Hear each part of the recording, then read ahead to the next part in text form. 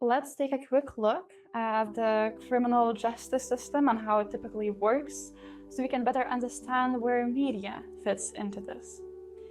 We live in society shaped by nation-states that are all governed by laws.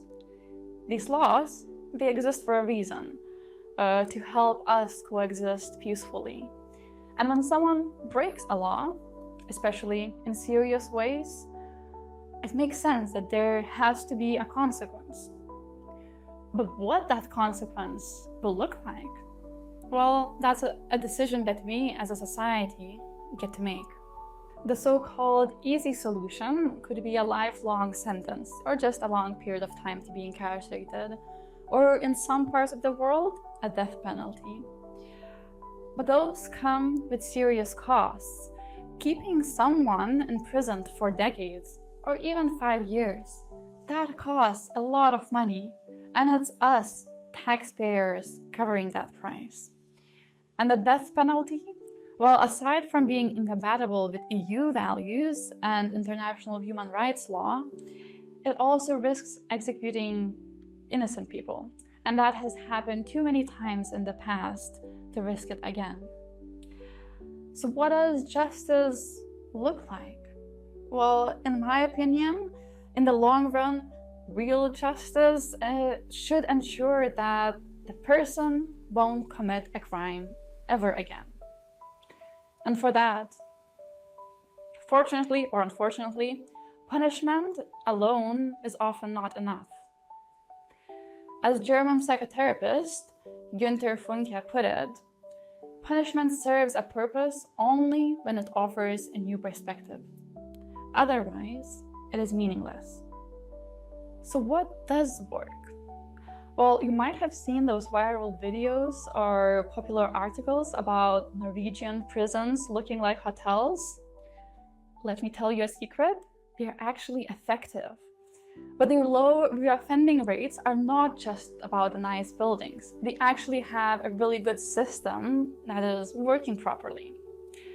Norway uses a method called dynamic security. That means prison officers actively build respectful relationships with incarcerated people. They become their mentors, their role models.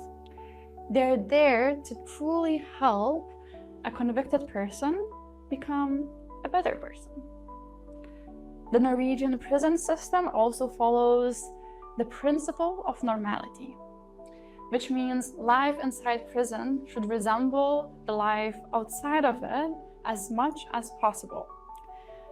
The more you keep a person connected to a society, the easier it is for them to reintegrate back when they are in freedom. And the results, they speak for themselves. After introducing these approaches, Norway's reoffending rates dropped to 20%, while it was at 60–70% before the dynamic security was introduced.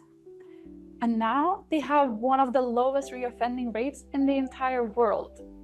In comparison, in many other countries, it's more than double that. Another promising model is halfway house. This is a transitional space for people nearing the end of their sentence. They are still in prison, but they start living more independently. They find a job in freedom outside of the prison walls. They can visit their families more frequently. They can have a laptop, a phone, but they still have the support and the security behind them. So it's kind of a dress rehearsal before actually getting out to freedom. Because let's be honest, how do you prepare someone to live in freedom by entirely isolating that person from it? It doesn't really work like that. Yes, there are moments when isolation is necessary to ensure public safety. But if you stop there, we risk having people who've been so cut off from normal life that they can't function in it when they return. And they do return. Almost everyone in prison is released one day, sooner or later. The question is, what kind of people do we want to have next to us as neighbors, colleagues, friends, close ones, or even ourselves? That's where media comes in. The stories we tell on news sites, headlines, social media, can either support reintegration or sabotage it. We can either reinforce stigma and fear or encourage growth and accountability.